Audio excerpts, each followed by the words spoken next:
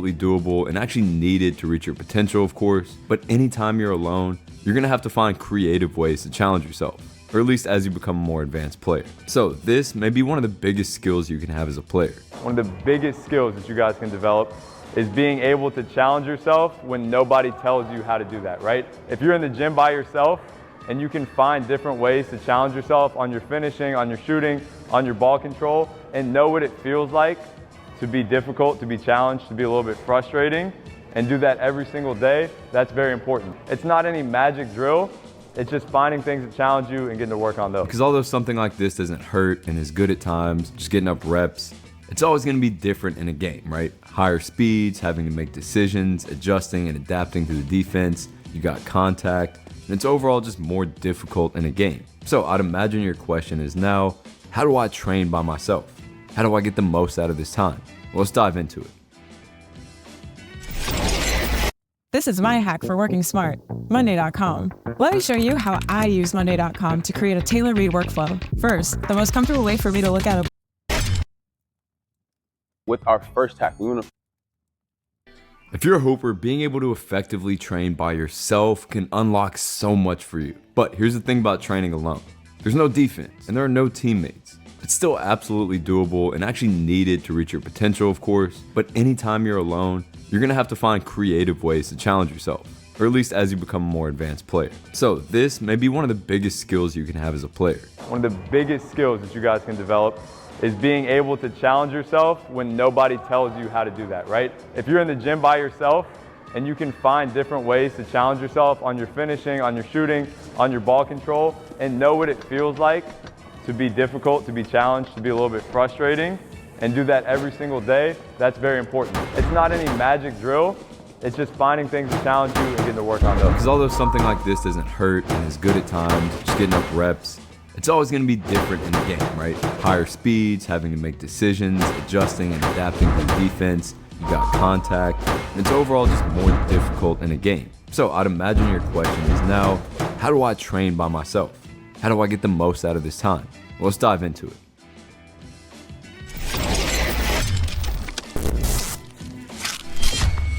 So we'll cover 3 different big categories in this video, starting with visualization. If you watch most high-level players train, they're super creative with how they visualize and bring the game to life around them. And you can see this. Kyrie even talks about it here. The imagination that I have has empowered me to be able to work on my craft and just imaginary defenders to me. So the big thing I want y'all to notice here is the imperfection.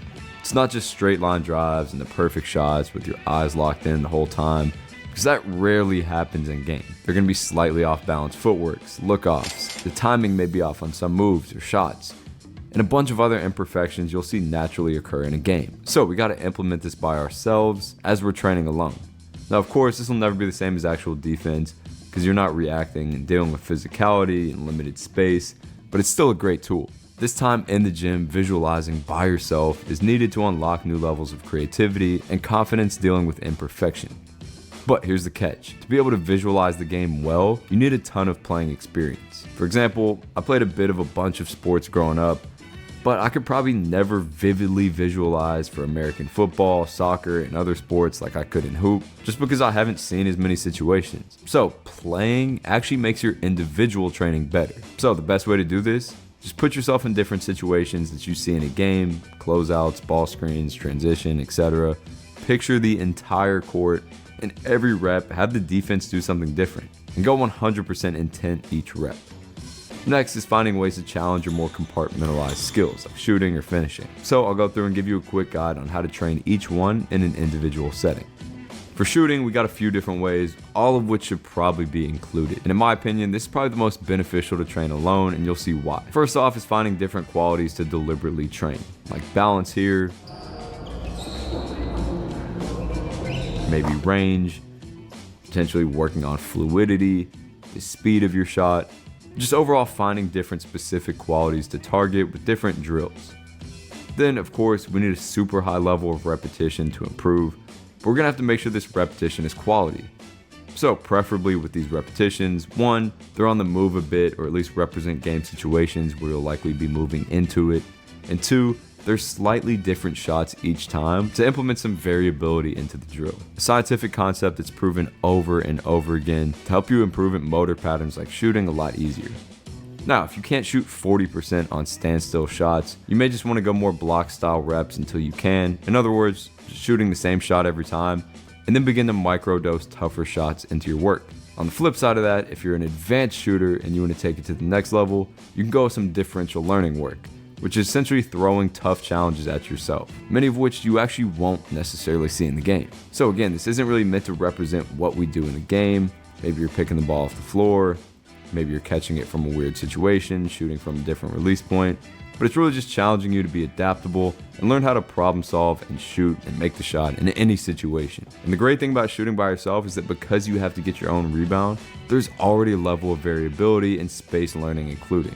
So even if you're just doing regular spot up shots, you're still moving between reps, and as a result, it's harder for it to be too easy like you'll see with some block shooting. Then lastly, training psychological tools is key by including goals on every single drill. Maybe say you gotta make 7 out of 10 to move on. Try to get as many as you can without missing 2 in a row. See how many consecutively you can make. This adds in a bit of pressure to each shot, which transfers big time to the game. Next up is finishing. And finishing training by yourself is very interesting because it's such a close quarters skill that it's very much so affected by defense. Especially when you're by yourself, like let's say you just go to the court and train by yourself, every layup that you do is naturally going to be easier than it is in a game. Why? There's no defense. You don't have anybody coming out of nowhere trying to block your shot. You don't have contact. You're not like as tired most of the time. So we have to find ways to challenge ourselves, challenge different qualities that come back to help us in a game. So without defense, players can fall into the trap of making it too easy. So same thing here. I want you to find stuff that's difficult enough and where you're missing at least 30 to 40% of your finishes, which is gonna take some creativity for non-beginners. So this could be challenging yourself to pick up new footworks and coordinations on finishes.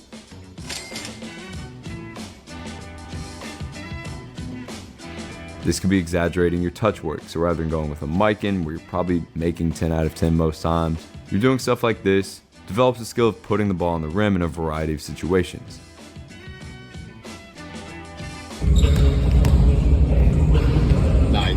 Or trying body control challenges like these to help you become a better mid-air athlete, find the rim, have touch and control on the way down, and much more. Here are a few solid drills that display this.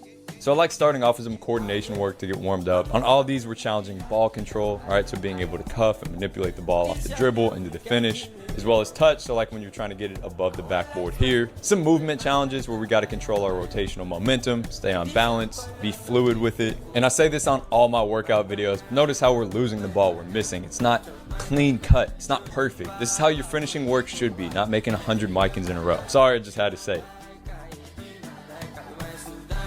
Then we're ramping up the intensity a bit and going with an eyes closed finishing drill here. We're dribbling towards the basket, trying to open our eyes as late as possible, so we really have no idea where we are, but as we're in the air and we open our eyes, we got to be able to find the basket, adapt, and finish.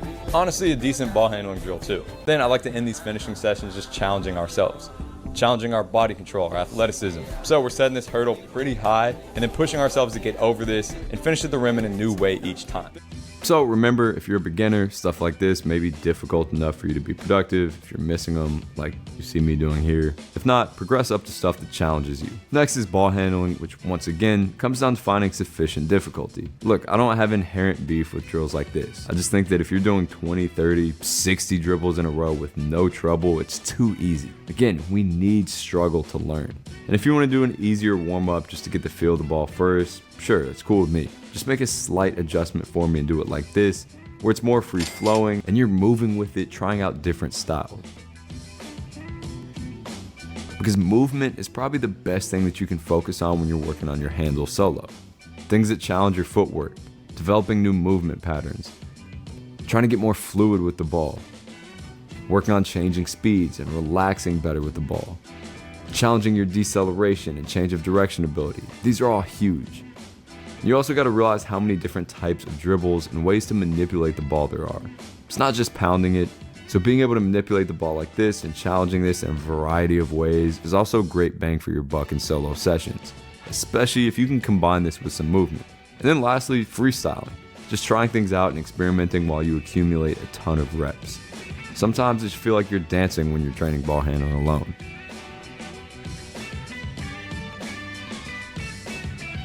Finally is court vision and feel, which I'm going to be honest with you, I think are almost impossible to train alone. Yes, watching film is huge here, 100%, but nothing beats going and playing 3v3 or 5v5 and learning and developing a feel for all the patterns, timing, and IQ that go into the game. Okay, so I know that was a long category, but definitely needed. Third and final though is experimentation and figuring out new things. Here's what I mean by this. Many times the best place to experiment with new techniques, moves, skills, etc. is in the gym where it's just you and your game. Try some crazy stuff.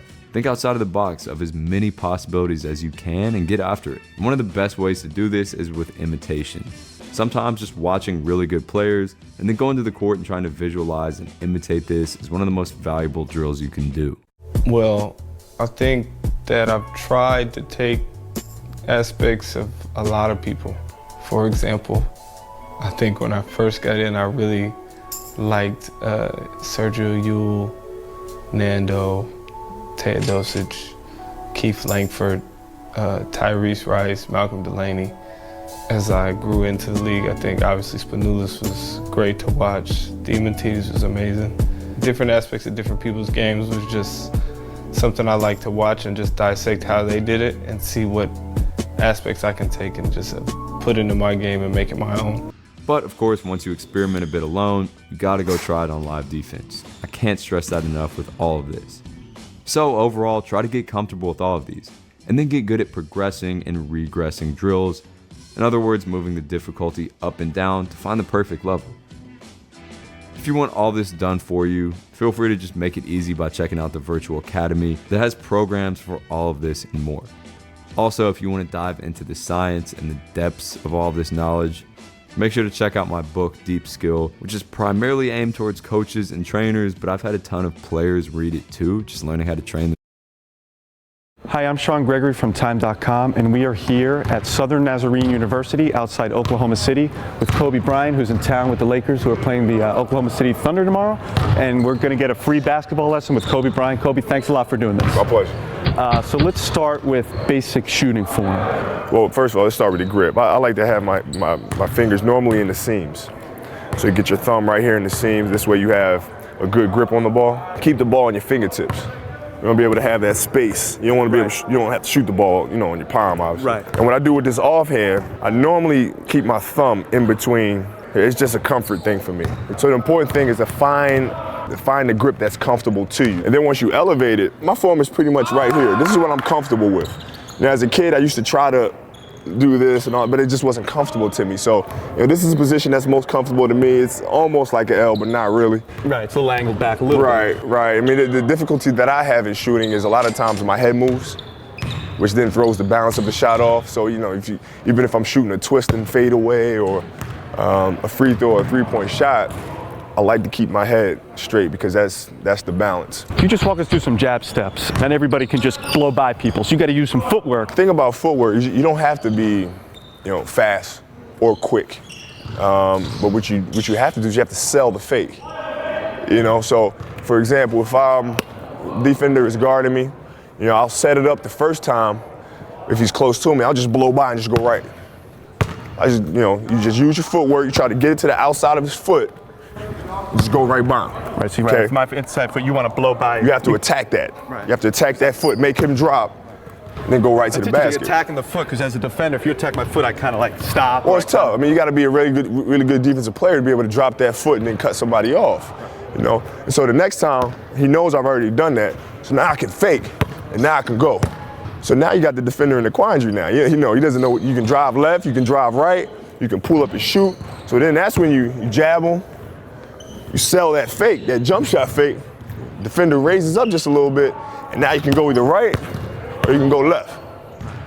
So it's almost like it's like chess kind of. Each move sets up the next move. Do you ever visualize like help coming over and all the time? Right. All the time, because that's when I work on my pull-up jump shot. Because now you beat the defender. Oh, here comes the help. You got to shoot that pull-up jump shot. Oh, the double team's coming here, spin here. The pull-up jump shot, perfect segue. It's the lost art in basketball. Right. Every announcer says, back in the 70s and the 80s, they all could do pull-up jumpers. It's hard to do. Now, the science of it really is just you want to be on balance once you're going up. After that, you might fade, you might do whatever. But going up, you want to be able to have a firm base and pivoting here with this leg here and getting a strong.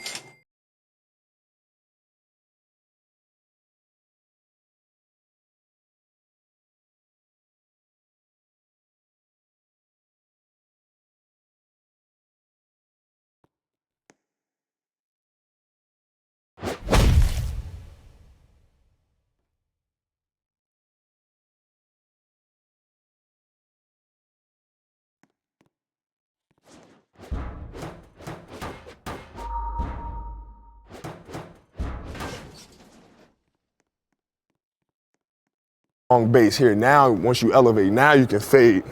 I'll demonstrate since you're left, going to your strong hand. I'll do it going right. So I'm coming here as a defender. This is what you're seeing. You're seeing this right here as a defender.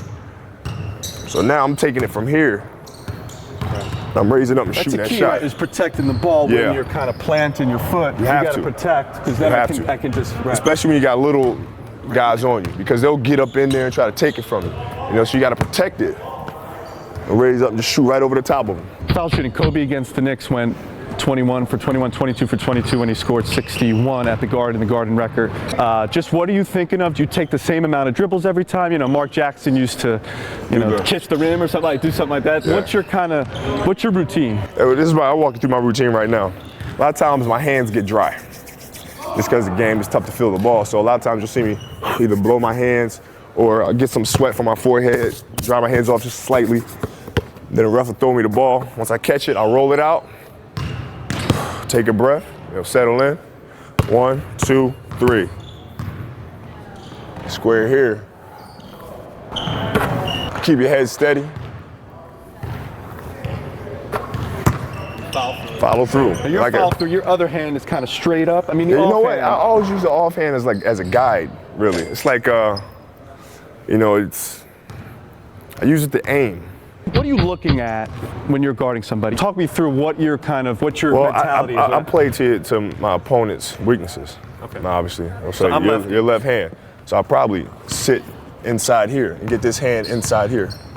It's a little trick for the weekend warriors over there. You like tricks. Once this guy makes his move with his right hand, what you try to do is you try to pin this arm. See this? See this arm right here? It's a strong hand. You pin this because he's inevitably going to come back to a strong hand. Right? So now when he makes that move, now he can't come back. Watch, try to cross over. Uh-oh. That ball pops out. That ball pops out because you pin that, you take away his strength. Right here, you get up inside of him. Uh-oh. Yeah, out of control. Uh-oh. How do you do that without getting a foul call? Huh? How do you do that without getting a foul call? So it's too fast. It's too fast. It's too quick. In the end, It's too quick. You're in here, you just got this guy here. Yeah, right. So once he goes right, now I sit in his pocket here, and now I won't let him come back. So when he comes back, he's coming right back to me, and I can steal that ball. And we're off. How do you tune out trash talk or heckling? I mean, how do you, kind of all this stuff going around? You get in character. Like the game, we played the Knicks, I wasn't in the mood to talk to anybody. And, I wasn't going to say hello to Spike. I wasn't going to say hello to my man Jay-Z. I just wasn't in the mood. I didn't want to hear anything. I was in my mode, my focus. I wasn't going to let anybody break that. Basketball, a lot of times has to do with the emotional space that you can put yourself in. And in that particular game, I was in one of those moods. I mean, a couple of Knicks guys would come up to me during the game and say hello, as we've done in the past, and I just ignored them because I was in my zone, and I didn't want anything outside of that, taking me out of it. We've gone through a lot. Any other tips for? Have fun. Stretch. Stretch? Stretch. Really? Stretch. Because, some people, you grow up, you're young. Stretch. You better stretch. My dad still plays basketball now, and the hardest part is not actually playing, it's getting up in the morning the next day. That's the hardest part for him. Got to stretch. Anything else?